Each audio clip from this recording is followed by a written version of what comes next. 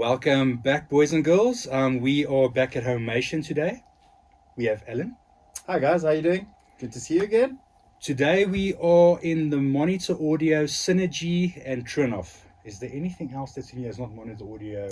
It's all Monitor Audio, Okay. Cinergy, the woofers, the surrounds, the fronts, the wides. The only thing that isn't the Cinergy, because they don't make, are the in-ceilings. That's all the new Creator series. Okay, but From it's still Monitor Audio and still 100%. still gels. 100%. Nice. So if you guys have not seen anything on the Cinergy, I mean they're quite new. How long have they been out now? A year? About 2 years. About 2 years. I'm shortly gonna dip my toes into it or Ascender. We're playing around. It gets expensive. It gets expensive. It does. But yes. why I'm doing this room today is we were here a while back with Trinnov, doing the training on how their things work and base forming. Is base for waveforming? Waveforming. Let Alan tell you a bit more about that. I'm gonna let him talk. He's got a bit more experience. I've been doing the training. Well, we've been in the training together, but they did this room. Correct. Then Tom came, and he made them take the room apart and redo it. We literally had to take the room apart in a night and redo the whole room with 6 15-inch woofers and place them in certain places to get waveforming going, and it was interesting, but we pulled it off. It sounds unbelievable. Yeah, we think we know things, and then a guy like that walks in and you don't know shit. that is basically what it comes down to. You know, it's always awesome to meet somebody that kind of gets you to see things differently, and to experience new things like waveforming, which I'll go into a little bit later, and new tech. And man, just after years and years, after 20 something odd years of this being in this industry, you learn things every day, which is amazing. It's good to know. The first thing for me is, where do we normally put subs? We put them on the floor. Where are these subs? Correct. They're not on the floor. And in your head, you sort of think, are we going to be losing bass because we don't have that boundary compensation of the floor meets the wall meets the corner type thing? Correct. But the way the bass forming works, it's just mind-blowing. We sat here in that demo the day, and not just the bass forming. Goosebumps again, guys. Always my goosebumps. The overheads, the way it came down, and the way the audio came above your head was just otherworldly. We weren't listening to speakers. We were listening to the audio moving around, and then the bass hits you. And the way I experienced the bass in layman terms is sort of the bass meets you where you are sitting, and it's just a sonic boom that just but it's immediate. It hits you. It's a massive impact, but it stops on a dime. It is so clean, so fast. So essentially with waveforming, new technology that obviously Trinnov are bringing out. Essentially, according to the size of your front wall and your rear wall, there's an application that will work out what placement or how many subwoofers you need in the front of the wall and at the back of the wall, depending on the size of the subwoofers as well. And essentially, the Trinnov processor will calculate the exact time that it will take for a wave of bass to come off the front woofers, and the back woofers on the wall will actually absorb and catch and essentially eliminate that bass from hitting the wall and coming back into the room. So ultimately eliminating any and all standing waves within the room. So imagine being out in a field and you have a whole bunch of subwoofers playing for you, and you have no walls for any of the standing waves, to actually affect the sound. You've been to a live concert, the bass is absolutely incredible, right? It's a very similar thing where within a small room, it eliminates all the standing waves. So the back woofers not only can be absorbers of the bass. But if let's say a bass note or something happens, dinosaur steps on the back left or the back right, those subwoofers then become transmitters of bass and actually emit the wave going forward, and then the front ones will actually catch that. So it's an interesting setup, interesting system, but it works. I must say, and also the Trinnov, it's altitude 32 in here. Yeah, we have, correct. And there's 2 amplitude 16s. Correct. So they're not even running the amounts of speakers that this room can get. Correct. I think we're running 24 channels, but we are bi-amping and just getting a lot of power into certain speakers that we need. Yeah. Also, going into the training we just had, the amounts of, we've not even got into the active crossovers and all of that. Yeah. That should be in level 2 training. Correct. But what you can do on a Trinnov processor, if you guys don't know, go and check them out. I'll post some links as well. And then we're going to try and demo this system for you as much as we can on YouTube. But Correct. I think you'll get a good idea of what this system can do. And I see they're running front wides as well, hey? Correct. So it's 300s, left, center, right, and front wides. We have the the Cinergy 200s. 200s. Left, center, right. We have got on our wide channels, we've got the Cinergy 300s because they're floor standing. As we said, we had to do this in one night to get the system one night. So we got the 300s floor standing as front wide, left and right. Then we have on the surrounds, we've got Cinergy 100s, which are wall mountable. And you can see that the 215s are at the back exactly where they need to be in the quarters of the room, halfway through and within a quarter. And in front, we have 215s in a quarter at the bottom, lower half of the room, and then 215s at the top quarter of the actual wall.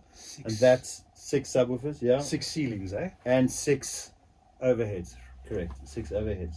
So that configuration that we have is the minimum amount of woofers or the minimum spec for waveforming.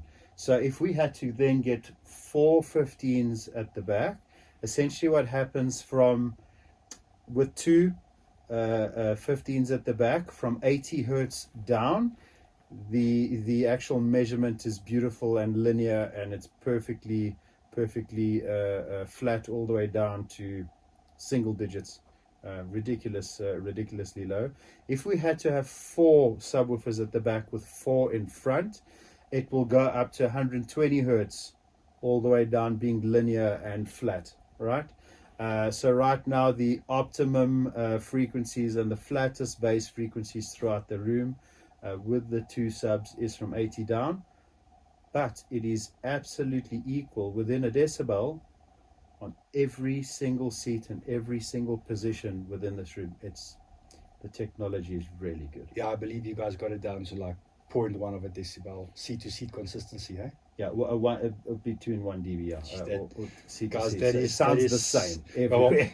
I sat there in the corner, squeezed in, and it sounded absolutely amazing. So now when we redo this one, I'm going to sit center and then see if it sounds any better. But that sounded amazing that day. Correct. Well, sitting in the center, you'll just be equidistant to the other speakers, so you'll hear the panning a lot better. But bass-wise, it's pretty much. Is there a reason why the surrounds are not the same height? It was due to room design when we first designed this room, and we wanted the people sitting along the couch to be able to hear the tweeter nice and clean, nice and clearly. Essentially, we used to have them a lot lower, and if somebody was demoing in this room and sitting next to a person, they're effectively blocking that speaker. Okay. So we just made them a little bit higher, just so everybody could hear the surrounds, nice and clean. Okay. It's the only reason why we did it, really. It's not a... Yeah, it hits my OCD, but it's okay. Sometimes we need to do, what do we say, always function, what form? What's the whole thing? Form of a function. That Or one, function yeah. of a form. Yeah. Okay, I think that's the technical jargon. Yeah, for sure. So let's get into some demos. I'm going to switch the camera around, Correct. and then we can show you guys some demos. Do we have a light to show behind the screen? We do. Okay, I can show you guys behind the screen as well. 100%. And sorry, before you go, just what I love about these monitor audio Cinergies, doesn't matter how hard you push them, it doesn't matter how loud you go. These AMT tweeters that they have here are absolutely smooth. But they're platinum, huh? The Gold. They no platinum series from the Monitor Audio Platinum series. I think they have been tweaked a little bit more just for extra performance, including their bass drivers and their mid drivers as well. I know all of them have been worked on to give you extra output, but it's one of the smoothest sounding cinema systems I've ever heard, and doesn't matter how loud you go, it just never hurts your ears. It's never piercing, it's never sharp or shrill. You actually don't notice the tweeters like you do in other systems. It just sounds natural. Yeah. If you've heard of Platinum or the studios that have gone from me over to Al now, that tweeter is just absolutely amazing. Correct. And this system is not cheap, but if you take into account what a Platinum speaker costs you, correct, this is a bargain. I mean, what the 300s are in the 70,000 rand. That's each. But Platinums, I just ordered a set for a client now. That's 200 and something thousand rand. Yeah. So you are getting a similar performance. Obviously, these are built to go louder with the same kind of clarity and quality. However, you're not paying for the cabinetry, right? You're not paying for the finishes. I like the look. I also like the look because it's non-reflective. I mean, you can walk past and hit it. Very much like a pro audio speaker, where it's designed that it can take knocks, and you won't be carrying these around anywhere, right? But the finish is hard wearing, and it's all designed to be non-reflective, and they designed to kind of disappear against the room or disappear behind the screen. So if a projector is shining on them through a perforated screen, you don't get any reflections back. Do they come with a grill? They do. They do. Or you just opted to keep it off? Correct. So the grill parts will cover the woofers, so the little hexagons, and then one over the tweeter. So it will look. The grill looks exactly the same from the bottom to the top. Also, this mid-range and tweeter can shift, guys, depending on how you mount the speaker. Correct. I think there's a little video somewhere where it shows how that works. I'll try and see if I can add that into the video. Correct. So yeah, you can change the orientation and all of that, which is very cool. More on the 200s. 200s. Because the 200s are designed that you can either do them vertically wall mounted, and let's say, for instance, you had to put a center underneath the screen, you can turn it horizontal and then turn the AMT tweeter and mid-ranges the correct way. Well, the way Trinnov taught us. Center left, center center right, center top, center left, left there, center. They are not shy on putting a speaker anywhere where there's a space. You can put a speaker. Obviously for massive rooms, right? But yeah. But you know how our audio guys are. If there's a channel and it's not occupied, that itch scratches. You want to occupy that channel. But okay, enough talking. Let's get to the pudding. 100%.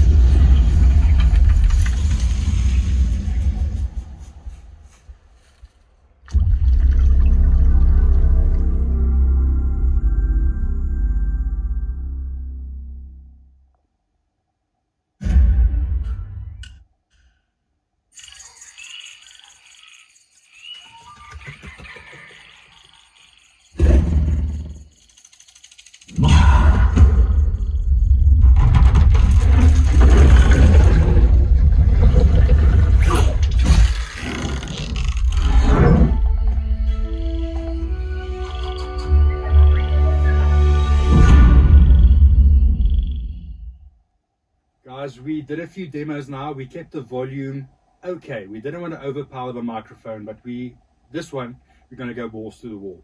Let's see how we can push the system to reference, and let's see if the mic catches it.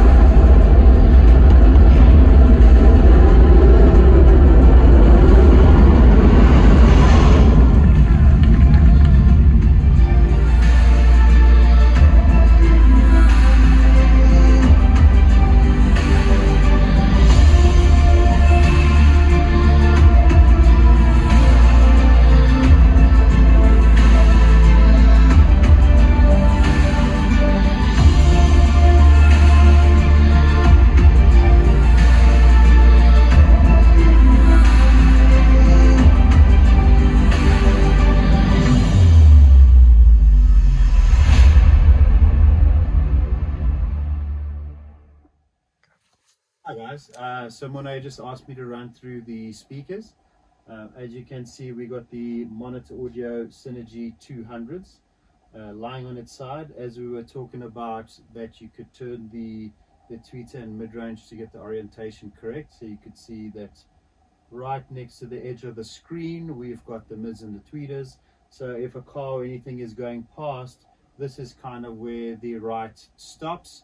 And the Monitor Audio Cinergy 300s will begin for the wides to actually move the sound around the room.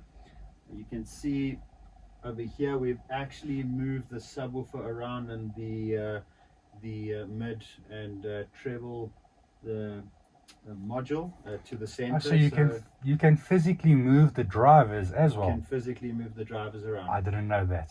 So you can see that it's an MTN configuration with a low end, and obviously the mid tweeter driver section on this side is the correct in horizontal, and the same here for the side. Up on top, I'm not sure if you'll be able to see it here, but you'll be able to see a quarter way into the room. There's one of the 15-inch subwoofers. Yeah, you guys can see the top. There's just sticking out. Just be able to see there's the one 15-inch there. And then we've got a 15-inch right here and another 15-inch right here, which then, you know, fills up this entire space with low end. Yeah, guys, as Alan was saying now, he's just going to continue. I know it was really dark, so I just switched the lights back on so we can see him. 100%. So as I was saying, with the 4 15s that are within the room, they are producing that wave that is coming through, you know, of bass, that pulse of bass, and the 2 15s at the back are actually catching it, so be acting as an active absorber, and that's not allowing the bass to hit the wall and reflect and come back, stopping any of the standing waves. And essentially, if a bass note goes around the room and there happens to be a bass note that happens at the back, or an explosion or whatever it is, those subwoofers then become the emitters and emit the bass, and these ones will then catch it and control the bass coming from that side. So we actually have a demo clip from Trinnov where you hear a bass kick that actually goes around the room, and it sounds exactly the same around the room. In other words, they say that bass is omnidirectional, which it is. But if you're doing pulses of bass, our ears are actually good at telling the direction of where that bass is coming from, and that part of the demo proves it. And because of the subs around the room, you actually hear that kick or that note going around the room, and it sounds exactly the same. Whether it's coming from the front, whether it's coming from the corners, the sides, behind you, it sounds exactly the same. So the tech that they that they're working with is unbelievable. I must say that is the thing that set them apart for me the most, is the tech and the time the guys spent on that tech. And something else we learned while Tom was here is the distance from, if you have an acoustic transparent screen, obviously the screen is going to take away some of the audio. Yeah, the super high frequencies. Yeah, so the distance that the speaker is away from the screen, it mustn't be too far, mustn't be too close. There is a mathematical equation about that much. Not that much that you need to leave. And then also woven. Yeah, and woven, not woven's micro. king, 100%. Woven's definitely king. Yeah.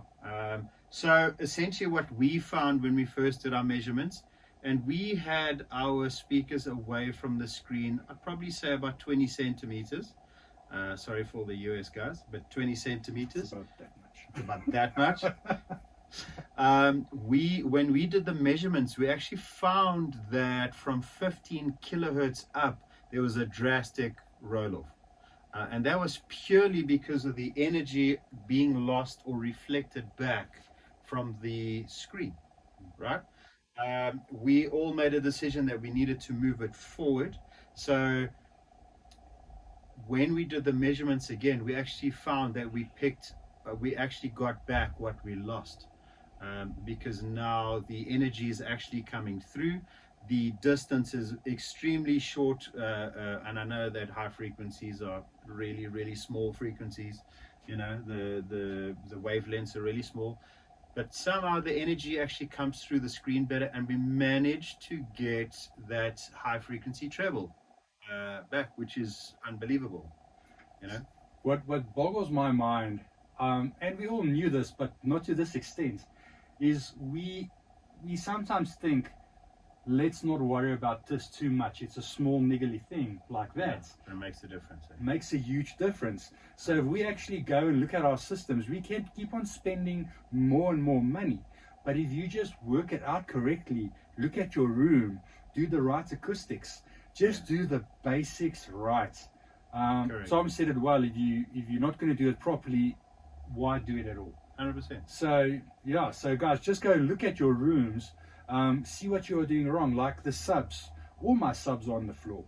Guess what? We're going to be lifting them up. I'm going to try and mimic this. I don't know if I'm going to be able to get to the Trinnov level, but even with Marantz and Dirac, just see how much better and cleaner I can get that bass. Sure. But remember, the reason for lifting the subs up and putting them exactly in the spots they need to be is for waveforming and to produce a constant wave of bass that literally comes from the whole wall, not just from two locations at the bottom. So we need a constant wave, and those subwoofers are in the middle because it's the most optimum for this room with two subs to try catch and absorb or cancel out as much of that bass as possible. So not necessarily saying going to raise your subs off the floor, you get cleaner bass. You'll get a different bass. Not sure, every room is vastly different. Like you said, waveforming on and off. The waveforming is what made it, eh? Yeah, the waveforming So is what made it. Correct. It's the tech. Correct. Tech and mathematics and measurements. Correct, yeah. It was their tech that requires the subs to be in certain spots to give an even wave of bass, versus, I wouldn't know how Dirac and all that sort of stuff would react or handle with the bass, with the subs lifted up. Every room is different. Every situation is different. So maybe it will work. Maybe it won't work. I would actually like to do a video. Case by case, I guess. Do a video and see Dirac versus Trinnov. The optimizer. The optimizer, to see sort of what they do differently, but that will be a very technical correct video. I was just thinking now, we were sitting in a lunch a few years back and we were talking about putting a subwoofer for every channel, and we were laughing about how insane that would be. Where are we going? Yeah, we are going, we just need two more subs there, and we do have a subwoofer for every channel. But it does, guys, it doesn't. Some people think, why do you need so many subs? The sound is loud enough. That's not what it's about. quality of bass, C-to-C consistency, now of the Correct. waveforming. Correct. Getting rid of nulls, Yes. smoothing out the bass, getting it, more accurate.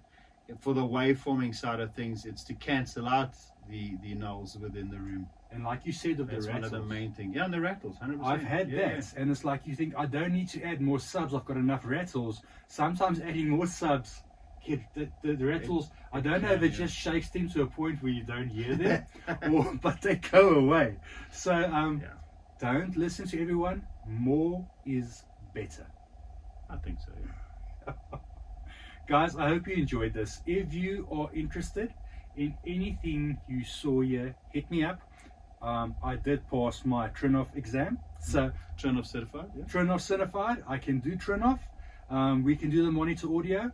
Ascendo video will come when they are here. 100%. But these rooms are going to change now already. Warren is ripping out the room next door, and the room next door, and the room next door. And making a giant room for Ascendo. And if you know how much work has gone into these rooms, and just to be ripped up again.